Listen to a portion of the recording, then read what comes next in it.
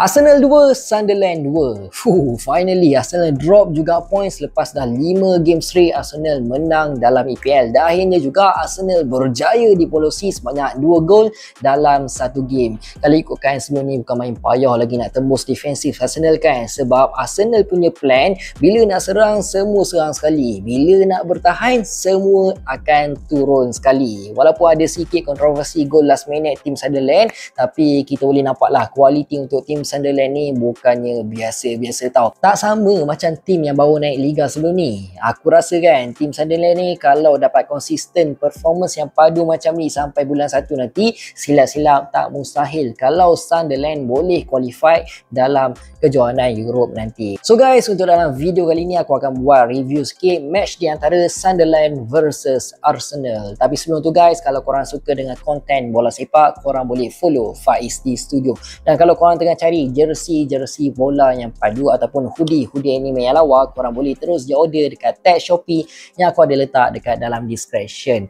Let's go. So guys, match di antara Sunderland versus Arsenal ni memang rancak guys. Dari awal sampai habis penuh drama dan kejutan, yang mana dalam first half Arsenal telah pun dikejutkan dengan jaringan balat pada minit yang ke-36. Bagi aku, defensif tim Sunderland ni memang disiplin betul. Kalau kita tengok dalam match sebelum ni pun Sunderland lawan dengan Chelsea memang susah sangat nak masuk dalam kotak Sunderland tau, sebab diorang parking bus. Sama juga macam Arsenal. Tapi apa yang best ni untuk dalam match kali ni, Sunderland bukannya main untuk bertahan je tau, dorang ada main attacking juga untuk menang dalam game ni. Tapi malangnya dekat second half Arsenal berjaya menyamakan kedudukan hasil jaringan Bukayo Saka. Gol ni memang mistake player Sunderland lah, pergi hold bola terlalu lama sangat. Apa yang dibuat kan aku tak tahu, padahal dekat danger zone tau. Dan kredit juga dekat Declan Rice sebab dia keep pressure player Sunderland tu sampailah dia buat mistake dan sekaligus memakan tim Sunderland sendiri. Tapi apa yang lagi sakitnya, pada minit yang ke-74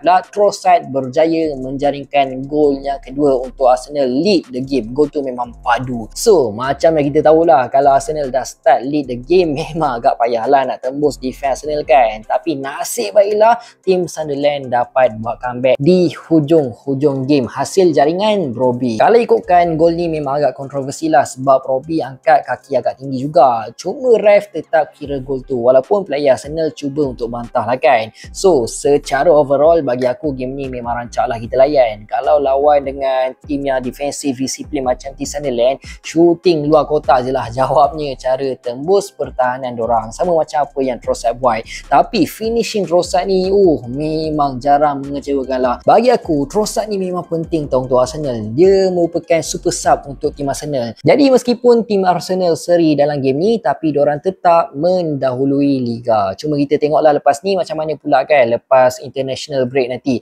Lepas ni barulah ujian sebenar untuk Arsenal, sebab lepas ni diorang nak kena hadap dengan tim-tim kuat. Contohnya macam Bayern dalam UCL, lawan Chelsea, lawan Spurs. Satu lagi Brentford pun tim yang agak tough untuk Arsenal lawan. So kita tengoklah nanti adakah Arsenal mampu untuk mengekalkan kedudukan nombor 1 dalam liga ataupun diorang akan start membotol start Christmas nanti. So pendapat korang macam mana pula? Komen dekat bawah.